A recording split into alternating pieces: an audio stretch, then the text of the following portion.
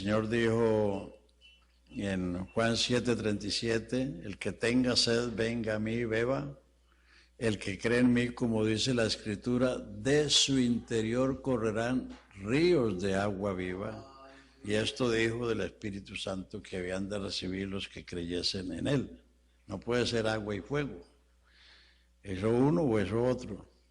El fuego son las aflicciones, las tribulaciones, que son las que queman la paja, el heno, la hojarasca que hay en nosotros, para que seamos, para que podamos resistir hasta el día de Cristo. Fíjese que ahí donde leímos dice, la obra cualquiera que sea, el fuego la probará y el día la declarará. Primera de Pedro 1, 6 y 7, ahí el apóstol te dice, ¿para qué es el fuego? Primera de Pedro 1, 6, 7, dice, y vosotros os alegráis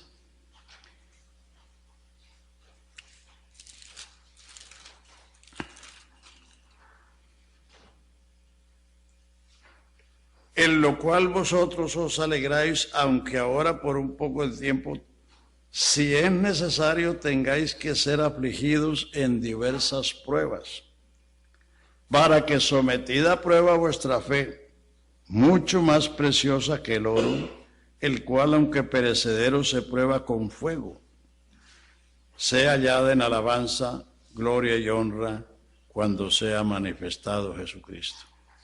Y fíjese que las pruebas no siempre son necesarias. Lo que pasa es que a veces la gente le echa la culpa a Dios de las consecuencias de sus errores. Si uno comete errores, van a venir consecuencias. Pero eso no son pruebas, son resultados del mal comportamiento. Entonces, por lo cual vosotros os alegráis, aunque ahora, por un poco de tiempo, si es necesario.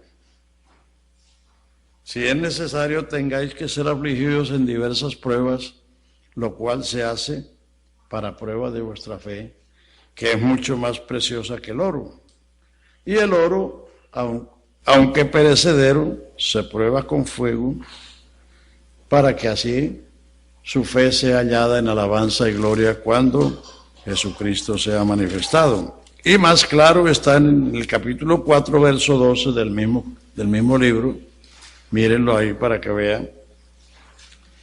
Amados, no os sorprendáis del fuego de prueba que os ha sobrevenido, como si alguna cosa extraña os aconteciera.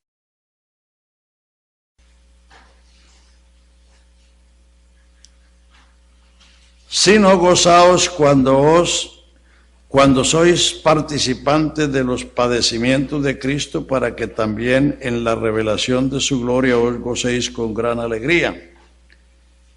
Si sois vituperados por el nombre de Cristo, sois bienaventurados, porque el glorioso Espíritu de Dios reposa sobre vosotros. Ciertamente de parte de ellos Él es blasfemado, pero por vosotros es glorificado.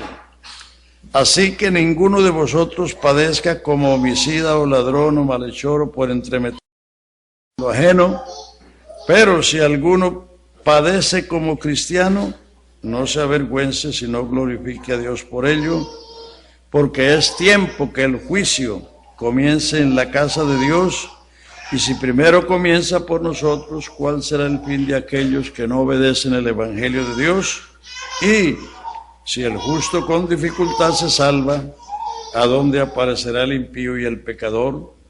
De modo que los que padecen según la voluntad de Dios, encomienden sus almas al fiel Creador y hagan el bien.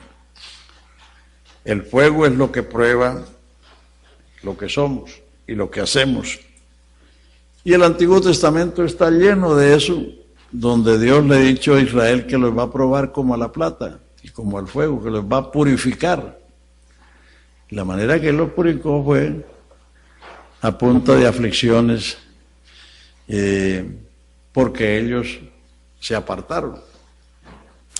Entonces, El tribunal de Cristo es para eso. También en 2 de Corintios, capítulo 5, habla del tribunal de Cristo. Ya lo vimos en 1 de Corintios 3, 9 al 15. Ahora en 2 de Corintios, capítulo 5, entonces habla también de este tribunal.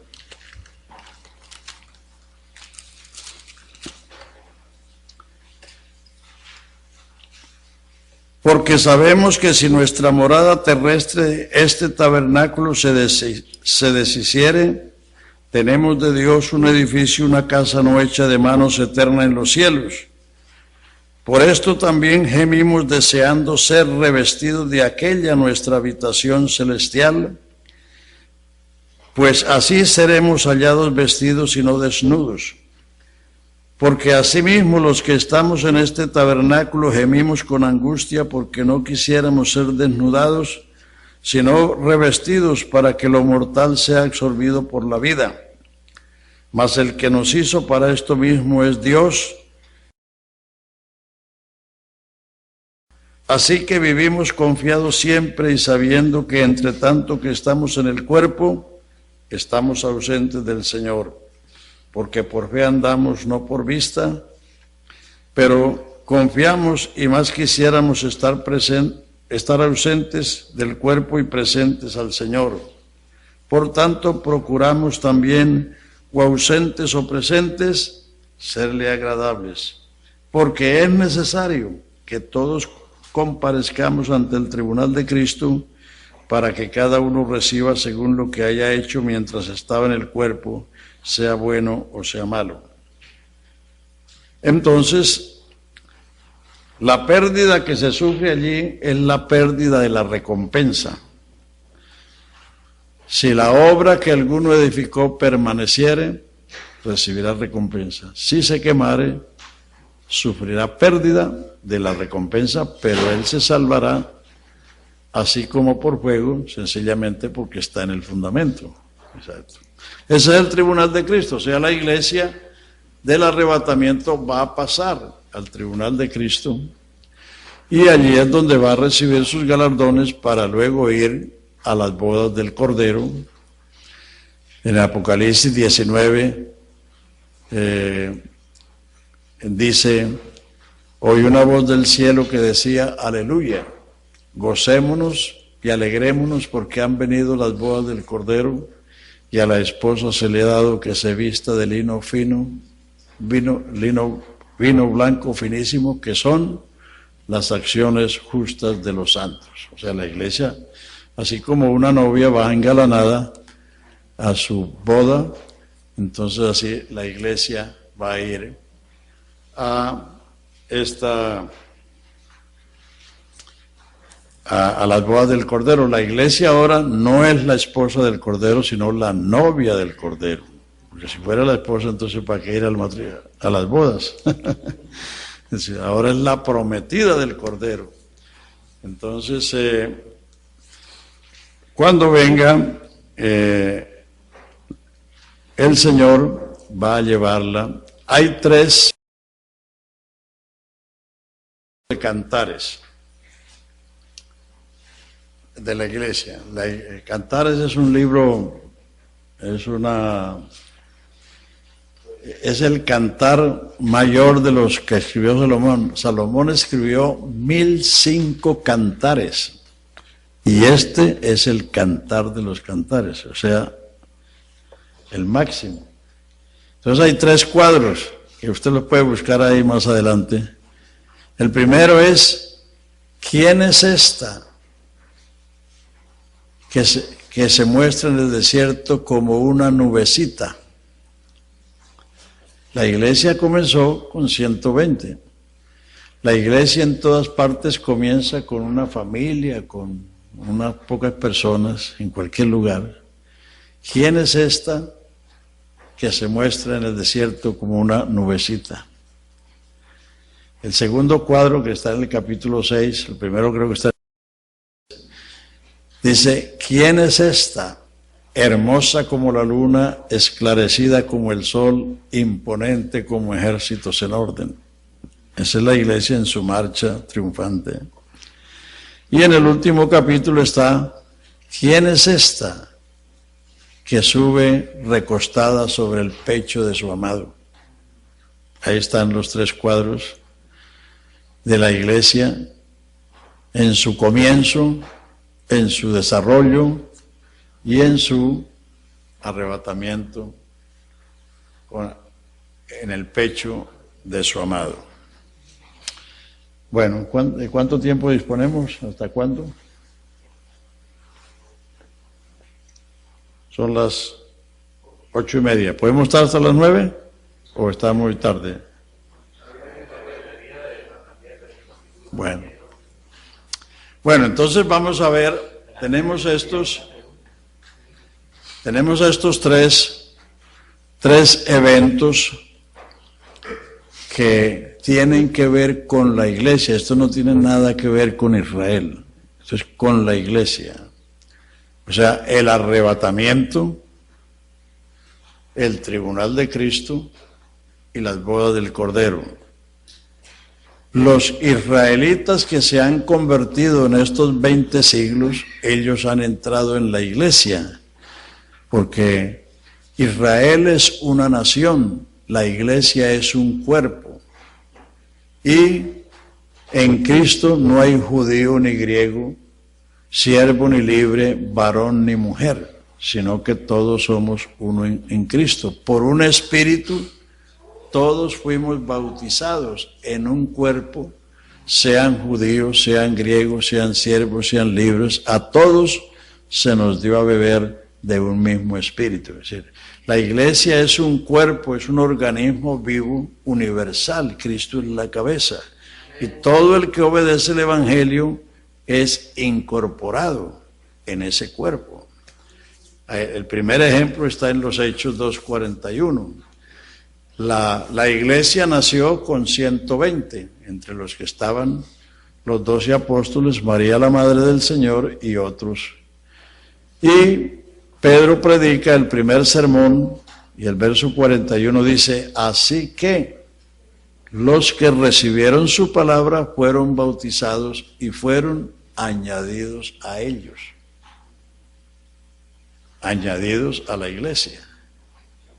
Y el verso 47 dice, y el Señor añadía cada día a la iglesia los que habían de ser salvos. Todo el que obedece el evangelio, no el que pasa adelante. Pasar adelante es un paso, pero eso no es todo. Ese es el mal de muchos predicadores del mundo religioso que hacen de una parte el todo. La salvación no es una cosa instantánea, es un proceso. Entonces, cuando una persona recibe la palabra, ha sido engendrado por la palabra.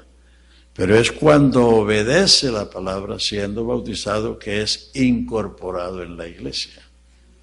Que es incorporado en la iglesia. Y la iglesia es un organismo universal, un cuerpo, de la cual Cristo es la cabeza. Israel es una nación con promesas terrenales. Por eso, una cosa es Israel y otra cosa es la iglesia. La iglesia tiene promesas espirituales, promesas celestiales, porque la iglesia es el resultado de un nuevo nacimiento, de una nueva creación, de un nuevo orden. Israel es el linaje de Abraham, la iglesia es el linaje de Jesucristo. Entonces hay que hacer esas diferencias. Porque por muchos años, por siglos, antes de que Israel renaciera en 1948, las iglesias predicaban que la iglesia había sustituido a Israel y que la iglesia era el Israel espiritual. Porque como Israel no aparecía en los mapas, entonces la gente pensó que Israel había desaparecido para siempre. Pero entonces cuando surgió el renacimiento de Israel en 1948, entonces la gente comenzó a leer la palabra de Dios y a darse cuenta de que una cosa es Israel y otra cosa es la iglesia. Entonces,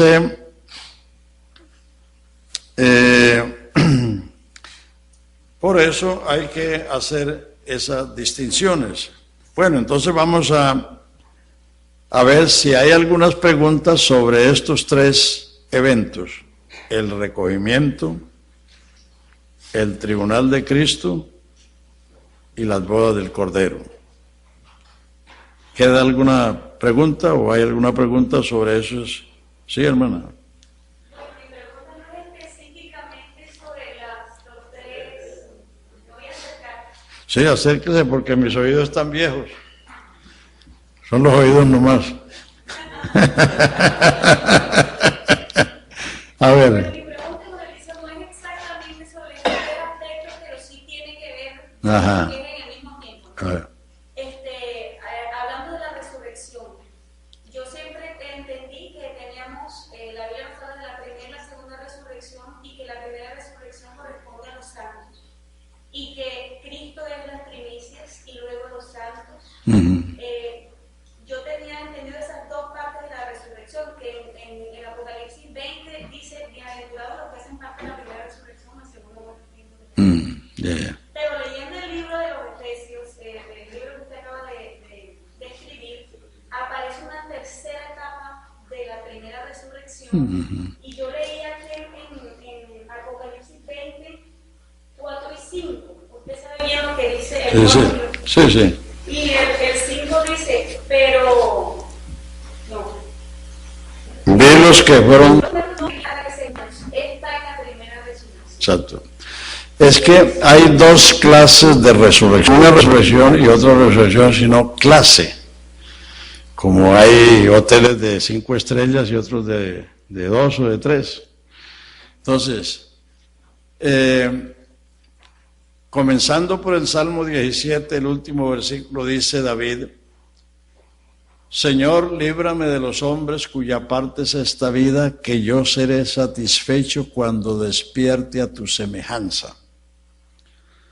Daniel 12:2 dice: los que duermen en el polvo de la tierra serán despertados, unos para vida eterna y otros para vergüenza y confusión perpetua.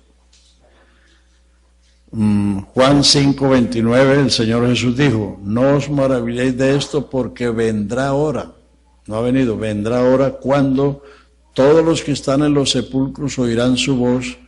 Los que hicieron bien saldrán a resurrección de vida, y los que hicieron mal a resurrección de condenación.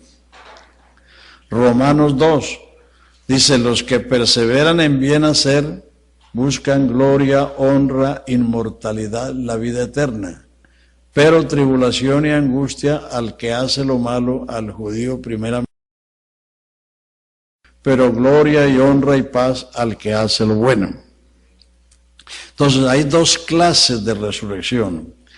Entonces la primera resurrección tiene 3 etapas. Cristo es el primero. 1 Corintios 15:20, mas ahora Cristo ha resucitado, primicia de los que durmieron fue hecho, porque así como la muerte entró por un hombre la resurrección de los muertos. Así como en Adán todos mueren, en Cristo todos serán vivificados, pero cada uno en su debido orden. Cristo el primero, luego los que son de Cristo en su venida, y luego el fin. Entonces está hablando de las 2 primeras etapas, Cristo y los cristianos. El fin es la segunda resurrección. Pero en Apocalipsis 20 está hablando de los mártires de la gran tribulación. Vi tronos y los que recibieron facultad para juzgar se sentaron. Estos son estos son participantes de la primera resurrección, pero esa es la última parte de la primera resurrección, o la tercera etapa de la primera resurrección, y en ella solo participan los mártires de la gran tribulación, que son israelitas, no son gentiles, porque los que van a sufrir en la gran tribulación son los judíos. 24. Vi tronos y se sentaron sobre ellos los que recibieron facultad de juzgar, y vi las almas de los decapitados por causa del testimonio de Jesús y por la palabra de Dios, que no habían adorado a la bestia ni a su imagen, y que no recibieron la marca en sus frentes ni en sus manos, y vinieron y reinaron con Cristo 1000 años. Pero los otros muertos no volvieron a vivir hasta que se cumplieron 1000 años. Esta es la primera resurrección. Bienaventurado y santo el que tiene parte en la primera resurrección. La segunda muerte no tendrá potestad sobre estos, sino que serán sacerdotes de Dios y de Cristo y reinarán con él 1000 años. Entonces, es que la primera resurrección tiene 3 etapas. Las primicias, que es Cristo, la cosecha y luego la raspa. Hablando cafeteramente. Hermano, mi esposa en la tarde me preguntaba por qué dice y reinaron con él 1000 años, si una cosa es la iglesia y otra cosa son los judíos. Entonces, ahí queda como si ellos se levantaran y fuesen a reinar con la iglesia. Sí, no, reinaron con Cristo 1000 años, pero no como la iglesia. O sea, no reinaron, pero no juzgaron. Ah, ¿no? Porque Sí. entendió que Israel era parte del reino. Claro, es que los principales que van a entrar al milenio es Israel. Y los que sobrevivan de la gran tribulación que hayan tratado bien a Israel en ese tiempo, porque el juicio de las naciones, lo que pasa es que nos vamos a anticipar a lo otro, pero vamos a decirlo. En Joel 3 y en Mateo 25:31 está el juicio que Jesucristo va a hacer sobre las naciones. Cuando venga el Hijo del Hombre y se siente en el trono de su gloria, reunirá las gentes o las naciones y las apartará como el pastor aparta las ovejas de los cabritos. Pondrá las ovejas a la derecha y les dirá: venid, benditos de mi Padre, heredad del reino preparado desde la fundación del mundo. Porque tuve hambre y me diste de comer, tuve sed y me diste de beber, fui enfermo y me visitaste, estuve en la cárcel y fuiste a verme. Y ellos le dirán: ¿y cuándo te vimos sediento o hambriento o enfermo o en la cárcel? Por cuanto lo hiciste a uno de estos mis hermanos más pequeños, a mí lo hiciste. Ese es el juicio que Jesucristo va a hacer a las naciones por el trato que le han dado a Israel en ese tiempo. Y ellos van a entrar en el milenio. Y los otros, apartados de mí. Entonces es el juicio de las naciones. Es que el día del Señor, que nos vamos a anticipar a eso, pero el día del Señor son varios acontecimientos. Como la primera venida de Cristo fueron 33 años. Muchos acontecimientos se sucedieron en esos 33 años, pero eso fue la primera venida de Cristo. Entonces, en la segunda venida de Cristo, Él va a juzgar al mundo con justicia. Hechos 17:30, Dios manda a todos los hombres en todo lugar que se arrepientan, por cuanto ha establecido un día en que ha de juzgar al mundo con justicia, por aquel varón a quien dio fe a todos con haberlo levantado de los muertos. Él viene a juzgar el mundo. Y Él viene a hacer un juicio de las naciones que han tratado mal a Israel y a los que lo han tratado bien. Entonces el juicio de las naciones, que está en Joel 3 y está en Mateo 25:31 hasta el final. Entonces, los mártires de la gran tribulación, dice, vi tronos y los que recibieron facultad para juzgar. O sea, que ellos van a participar del milenio porque van a participar de la primera resurrección. Entonces, esa es la tercera parte de la primera resurrección. La segunda resurrección, un solo hecho. Pasados 1000 años, o pasado el milenio, es cuando viene entonces que el diablo va a levantar una subversión contra los santos y contra Cristo que están gobernando el mundo desde Jerusalén. Y entonces fuego del cielo caerá y los matará. Y entonces viene el juicio final, que es Entonces los otros muertos no tornan a vivir hasta ese entonces. O sea, la primera resurrección es para los de Cristo, solamente. No solamente es número uno, sino es clase. Si los santos resucitaremos con un cuerpo de gloria, de inmortalidad, de vida eterna. Los impíos resucitarán con un cuerpo de vergüenza y confusión. Porque la gloria no es un lugar, la gloria es un estado. Los que perseveran en bien hacer buscan gloria, honra, inmortalidad, la vida eterna.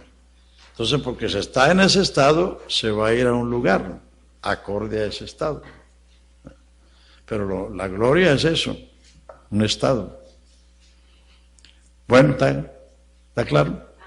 Bueno, ¿hay alguna pregunta más? De pronto una pregunta un poco curiosa, hermano, que dice, sí. Cuando uno lee en primera de Tesalonicenses 4 y 5 se habla del arrebatamiento de la iglesia. Primera de Tesalonicenses 4 y 5 habla del arrebatamiento de la iglesia. Segunda de Tesalonicenses 2 habla del día del Señor. Los tres. De los tres. Arrebatamiento, la segunda venida y el día del Señor. Pero entonces el día del Señor se encuentra también relacionado en el capítulo 5 de Primera de Corintios. Sí, pero es que el día del Señor es el día del juicio. Hay dos términos muy parecidos, pero que designan dos hechos diferentes. El día de Cristo es el día de la recompensa. Léalo en 1 Corintios 1:8, Filipenses 1:6 y 2:16. Segunda de 1 Corintios 1:8.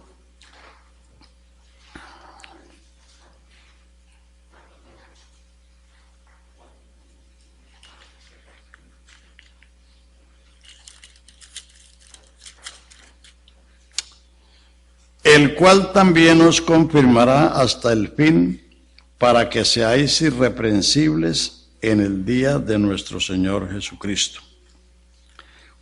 Filipenses 1:6 dice, estoy persuadido que el que comenzó en vosotros la buena obra la perfeccionará hasta el día de Jesucristo. 2:16 dice, asidos de la palabra de vida, para que en el día de Cristo me pueda gloriar de que no he trabajado en vano, ni en vano he corrido. El día de Cristo es el día de la recompensa, en el tribunal de Cristo. O sea, vivimos y trabajamos para ese día. El día del Señor es el día del juicio. Entonces aquí en 1 Tesalonicenses 5 habla de ese día también, pero noten la diferencia. 1 Tesalonicenses, donde leímos el capítulo 5, que dice, pero acerca de los tiempos y de las ocasiones no tenéis necesidad, hermanos, de que yo os escriba, porque vosotros sabéis perfectamente que el día del Señor, no es el día de Cristo, es el día del Señor, vendrá así como ladrón en la noche. Primera de Pedro, o segunda de Pedro, capítulo 3, también dice del día del Señor como ladrón en la noche. Y cuando digan paz y seguridad, entonces vendrá sobre ellos destrucción repentina, como los dolores a la mujer encinta, y no escaparán. Mas vosotros, hermanos, no estáis en tinieblas para que aquel día os sorprenda como ladrón. Porque todos vosotros sois hijos de la luz, e hijos del día, no somos de la noche ni de las tinieblas. Por tanto, no durmamos como los demás, sino velemos y seamos sobrios, pues los que duermen de noche se embriagan, pero nosotros, que somos del día, seamos sobrios, habiéndonos vestido de la coraza de fe y de amor y con la esperanza de salvación como yelmo, porque no nos ha puesto Dios para ira, sino para alcanzar salvación por medio de nuestro Señor Jesucristo, quien murió por nosotros para que sea que velemos o que durmamos, vivamos juntamente con Él. Por lo cual os decimos esto, por lo cual animaos unos a otros y edificaos unos a otros. Entonces, segunda de Tesalonicenses 2 dice, Pero con respecto a la venida de nuestro Señor Jesucristo, coma, y nuestra reunión con Él, o sea, el arrebatamiento, coma, os rogamos, hermanos, que no os dejéis mover fácilmente de vuestro modo de pensar, ni os conturbéis ni por espíritu, ni por palabra, ni por carta como si fuera nuestra, en el sentido de que el día del Señor está cerca. Porque no vendrá el día del Señor sin que primero venga la apostasía y se manifieste el hombre de pecado, el hijo de perdición, el cual se opone. ¿Cómo? En otras palabras, no está cerca en el arrebatamiento. Exacto, sí. O sea, lo que la iglesia es el recogimiento. No estamos esperando al anticristo, ni el fin del mundo, ni la gran tribulación. Lo que pasa es que cuando algunos leen esto, entonces piensan que no vendrá, se refiere al Señor, pero no se está refiriendo al Señor, sino al día del Señor. O en Apocalipsis también, ese 24 también lo usan los que creen que la iglesia va a pasar por la gran tribulación porque no saben que esa es la tercera parte de la primera resurrección. O sea que la primera resurrección tiene primicias, cosecha y raspa. Hermano, lo curioso de la pregunta, yo decía que curiosa, es en dónde se documentó San Pablo para escribir de manera tan cronológica. No existía el Apocalipsis y parece que estuviera explicando el Apocalipsis. Revelación. Sí, sí. De toda la escritura es divinamente inspirada. Y dice Pablo, toda la escritura es divinamente inspirada. Y Pedro dice, ninguna escritura es de particular interpretación porque la profecía no fue dada por voluntad humana, sino que los santos hombres de Dios hablaron siendo inspirados por el Espíritu Santo. O sea que sí, el Apocalipsis se escribió posteriormente, porque Pablo murió en el 68 y el Apocalipsis fue escrito por el año 95, 96. Entonces, pero era el mismo Espíritu que le estaba dictando a Pablo el que le dictó a Juan. Bueno, ¿está claro lo demás? Si tiene alguna duda o alguna inquietud, pues pregunte sobre estos temas, ¿no? Ya más adelante hablaremos de otros. Solamente en el punto que tocó de la salvación. Ajá. La salvación no es algo instantáneo, es un proceso. Exacto. Entonces se me viene la pregunta, a veces le preguntan a uno, cuando una persona viene, ¿cuándo es que una persona viene a ser miembro de la iglesia? Ya. Cuando acepta al Señor, cuando cree, cuando se bautiza en el nombre de Jesús o cuando recibe el Espíritu Santo. Muy buena la pregunta, es importante. Cuando una persona recibe la palabra de Dios, porque la Biblia habla no de aceptar, sino de recibir. Porque aceptar es dar un asentimiento mental, pero recibir es un acto, una actitud. Entonces, así que los que recibieron su palabra, a todos los que le recibieron, Zaqueo descendió a prisa y lo recibió gozoso. Es decir, aceptar es una cosa y recibir es otra cosa. Entonces Jesucristo vino al mundo para que lo recibamos. Cuando uno recibe su palabra, lo ha recibido a Él. Pero cuando recibe su palabra, uno ha sido engendrado. Y usted nunca ha visto que una mujer conciba una noche y al otro día nazca el niño. No. Santiago no lo dice. Santiago 1, 16, 17 y 18 dice: no erréis, amados hermanos míos, o sea, no nos equivoquemos. Todo don perfecto y toda buena dádiva desciende de lo alto del Padre de las luces, en el que no hay mudanza ni sombra de variación. Él, de su voluntad, nos ha engendrado por la palabra de verdad, para que seamos, para que lleguemos a ser primicias de su creación. Entonces ahí se produce el engendro. Una mujer concibe de su marido, pero ni siquiera ella sabe el día o la noche que concibió. Ella se viene a dar cuenta a los 20 días o al mes porque tiene síntomas en su organismo. Se le va la menstruación o se está sintiendo que algo está pasando en su organismo. Entonces ella va donde el médico o se hace la prueba y cuando comprueba que está embarazada, entonces comienza a esperar un niño. Pero de ahí al nacimiento hay una distancia. Entonces, cuando una persona pasa adelante o levanta la mano o se arrodilla, o porque muchos no lo hemos, yo nunca pasé adelante. Entonces, cuando la persona recibe la palabra, ha sido engendrado por la palabra de verdad.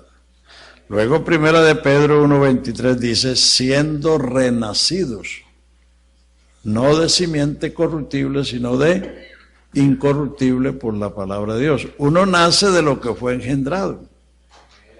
Uno no puede sembrar maíz y recoger arroz. Uno nace de lo que fue engendrado. Entonces, ¿cómo fue engendrado? Por la palabra de Dios, para ser primicia. ¿De qué nace? De la palabra de Dios. Entonces, cuando una persona se bautiza es cuando ha dado ese paso decisivo, es decir, porque ha entendido y se ha producido en él el cambio. Vamos a poner el ejemplo de la mujer. La mujer se da cuenta o presume que está embarazada por los síntomas. ¿Cómo se da cuenta un hermano o una mujer que ha sido engendrado por la palabra de Dios? Por los síntomas. Cuando sus pensamientos y sus sentimientos han cambiado. Y cuando cambian los sentimientos y los pensamientos, cambian los hechos. Porque los hechos son fruto o de los pensamientos o de los sentimientos. Entonces, cuando una persona ha cambiado, es una nueva criatura. El que está en Cristo, ¿qué dice? Las cosas viejas pasaron. Por eso, a una persona que se va a bautizar, uno le pregunta, ¿qué ha hecho el Señor en su vida? Entonces, si él era un borracho, dice, bueno, yo era un borracho, pero ya no, yo ya dejé el trago hace tanto tiempo. O si era un fumador, o si vivía con una mujer que no era la suya. Es decir, porque el cambio interno ha producido un cambio externo. Entonces, por eso la persona viene a bautizarse, para sepultar el viejo hombre. El bautismo no es el nacimiento de agua, el bautismo es la sepultura. Romanos 6:3 lo dice, ¿no sabéis que todos los que hemos sido bautizados en Cristo, hemos sido bautizados en su muerte? Porque somos sepultados a muerte por el bautismo, para que así como Cristo resucitó de los muertos por la gloria del Padre, así también andemos en vida nueva. Porque si fuimos plantados en la semejanza de su muerte, también lo seremos en la de su resurrección. Entonces, una persona se va a bautizar para sepultar el viejo hombre, para darle paso a la nueva criatura que ha nacido. O sea que el bautismo en agua no es el nacimiento de agua, el agua es la palabra. Vosotros sois limpios por la palabra que os he hablado, le dijo Jesús a los discípulos.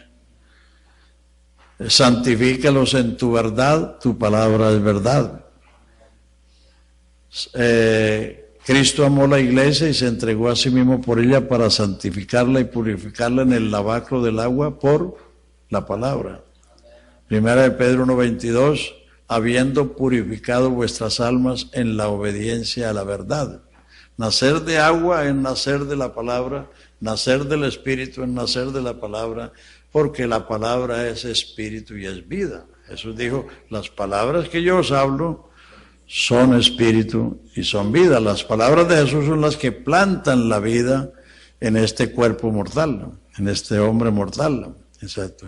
Entonces, nacer de agua y nacer del Espíritu es un solo nacimiento. Lo que pasa es que las tradiciones han enseñado que nacer de agua era una cosa y nacer del Espíritu era otra cosa y nacer de mamá otra cosa. Entonces serían 3 nacimientos. Pero Jesús dijo, si no naces otra vez, si no naces de nuevo. Y el apóstol Pedro dice, siendo renacidos. Renacido es nacer segunda vez, no tercera vez. Entonces,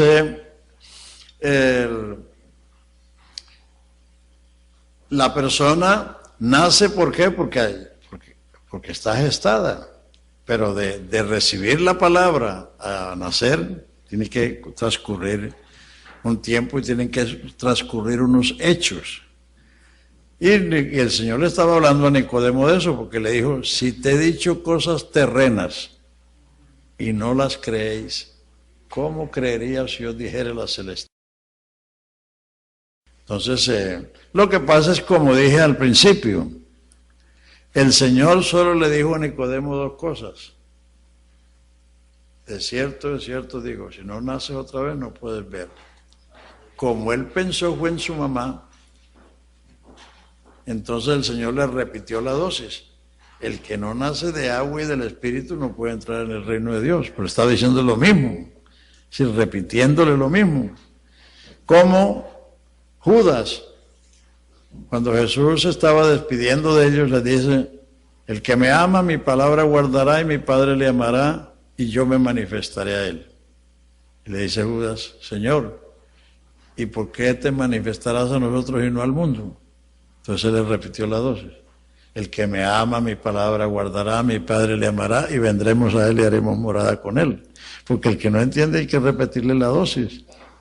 Eso es todo. Entonces, uno nace de lo que fue engendrado.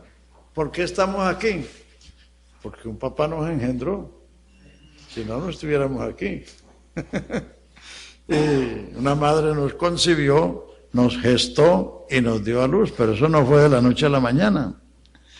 Entonces, el nuevo nacimiento es un proceso, la salvación es un proceso, no es una cosa instantánea. Hay que recibir la palabra, dejar que la palabra produzca su efecto y entonces la persona misma se va a dar cuenta. Vea el caso del etíope. El etíope era un prosélito del judaísmo, era un creyente en las Escrituras, pero iba leyendo algo que no entendía. Te ruego que me digas de quién dice esto el profeta, de sí mismo o de otro. Desde esa escritura, Felipe le anunció el evangelio, de Jesús. Y yendo por el camino, el etíope fue el que vio el agua. Y le dijo, vea, aquí hay agua que impide. Lo estaba acosando para que se bautizara. No, él le explicó el evangelio. Y el etíope vio el agua y dijo, aquí que hay agua, ¿qué impide que yo sea bautizado? Él dijo, si crees de todo corazón, bien puedes. ¿Y qué dijo el etíope? Creo que Jesucristo es el Hijo de Dios. Antes no sabía quién era Jesucristo, ni que era el Hijo de Dios. Porque estaba leyendo Isaías 53 y dice, pero ¿de quién dice esto el profeta? ¿De sí mismo o de otro? Entonces, sí, por eso las personas no se deben acosar, no se deben forzar, no se deben manipular, sino que uno lo que tiene que hacer es plantar la palabra de Dios en la mente y en el corazón de la gente, y la palabra hace el efecto. Por la palabra de Dios fueron hechos los cielos y la tierra y todo lo que en ellos hay, y sin Él nada de lo que hiciste fue hecho. La palabra de Dios es creadora, la palabra de Dios es la simiente de Dios. Y así, y si una simiente vegetal la siembra uno para que nazca, y si una mujer concibe para tener un hijo, ¿cómo no va a ser la palabra? Además el Señor dice que la palabra que sale de su boca no volverá vacía, sino que hará lo que yo quiero y será prosperada para aquello que la envíe. Entonces lo que tenemos es que predicar con confianza y creer que esta palabra tiene vida. Las palabras del Señor son espíritu y son vida. Las palabras nuestras son apenas vehículos para transmitir ideas. Usted tiene una idea en su cerebro y quiere comunicársela a otro, pues usa las palabras, verbales o escritas. Pero no, de ahí no pasa. Las palabras del Señor son espíritu y son vida. Esa es la gran diferencia entre las palabras humanas y las palabras de Jesús. Ahí está la obra del Espíritu. Exacto. La obra del Espíritu Santo, Él siempre tiene que ser con la palabra. Claro, porque la palabra de Dios es la espada del Espíritu, no la suya. Sobre todo tomando la palabra de Dios, que es la espada del Espíritu. Por eso se necesita la unción, porque el Espíritu es el que envía su palabra. Él envía la palabra a la tierra. Por eso uno, aunque sepa lo que tiene que predicar o lo que debe predicar, uno tiene que buscar al Señor en oración, confiando que Él va a enviar su palabra. Porque si Él envía su palabra, hay efecto. Amén, amén. Usted citaba un versículo que dice, y Dios añadía a su iglesia a los que habían de ser salvos. Exacto. Ahí hay predestinación. No, la predestinación no existe. Pero la predestinación es un eslabón en una cadena. Si se saca, no tiene principio ni fin. Las doctrinas no se contradicen, se complementan. Donde termina la una, comienza la otra. Vea, ahí está en Romanos 8 la cadena. A los que a Dios aman, todas las cosas les ayudan a bien, a saber a los que conforme a su propósito son llamados. Porque a los que antes conoció, también los predestinó, para que fuesen hechos conforme a la imagen de su Hijo, para que Él sea el primogénito entre muchos hermanos. A los que predestinó, a estos también llamó. A los que llamó, a estos también justificó. Y a los que justificó, a estos también glorificó. ¿Qué diremos a esto? Si Dios ha hecho esas cosas, ¿qué diremos a esto? Si Dios es por nosotros, ¿quién contra nosotros? El que no escatimó a su propio Hijo, sino que lo entregó por todos nosotros, ¿cómo no nos dará con Él todas las cosas? ¿Quién acusará a los escogidos de Dios? Dios es el que justifica. ¿Quién es el que condenará? Cristo es el que murió. Es que la predestinación se basa en la presciencia de Dios. Primera de Pedro 1. Pedro, apóstol de Jesucristo, a los expatriados de la dispersión en el Ponto, Galacia, Capadocia, Asia y Bitinia, elegidos según la presciencia, o sea, el conocimiento anticipado, según la presciencia de Dios Padre en santificación del Espíritu para obedecer y ser rociados con la sangre de Jesucristo. Es decir, Dios conoce el fin desde el principio y Él sabía la actitud suya y la actitud mía cuando llegara el mensaje. Porque Él conoce el fin desde el principio. No es que Dios escogió a uno para mandarlo para el infierno y a otro para el cielo, no. Es que Dios sabía y Dios sabe todas las cosas. Lo único que Que Dios no sabe o no conoce es a otro Dios, pero el resto Él todo lo sabe. Basados en ese principio, hay cosas que de pronto dejan vacíos. Por ejemplo, el caso de Nínive.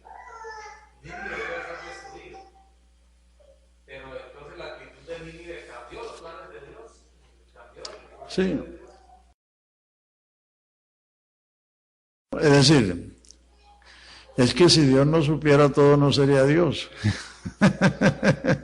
Entonces, por eso, en la Biblia hay dos términos que parecen contradictorios, pero no son contradictorios. ¿Sí? Que Dios no se arrepiente y que Dios sí se arrepiente. Dios se arrepiente del juicio porque es misericordioso. Por eso se arrepintió de castigar a Nínive. Lo que Dios no se arrepiente es de sus promesas. Lo dice Números 23, está hablando de las promesas. Y lo que dice en Romanos, lo cita Pablo en Romanos 11, sin arrepentimiento son las mercedes de Dios. Y lo que Dios promete, Él lo cumple. Dice, Él dijo y lo hará.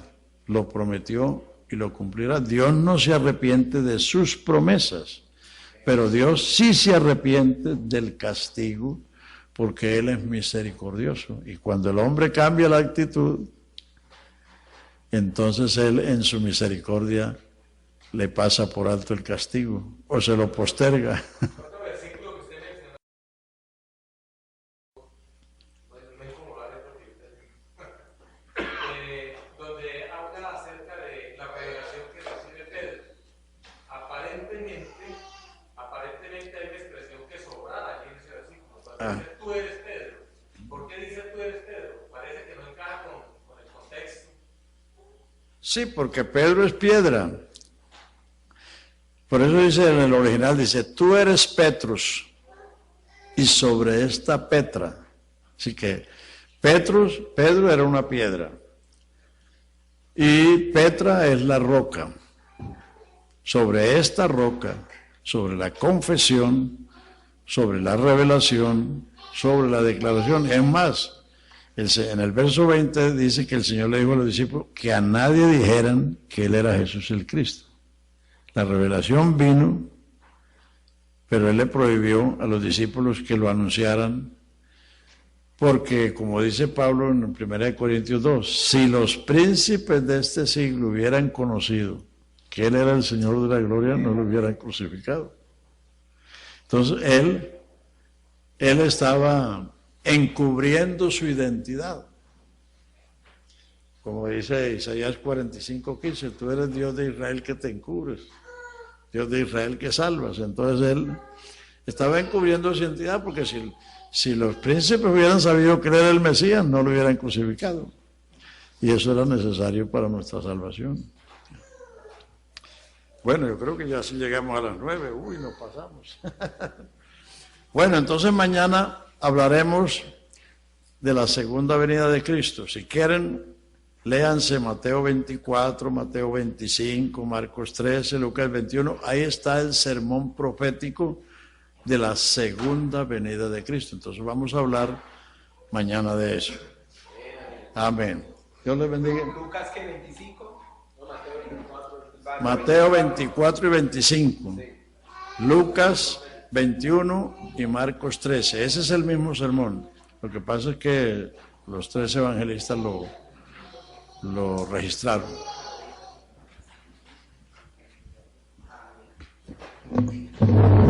Ojalá que podamos durante la enseñanza usted anotar las preguntas, amén, con libertad.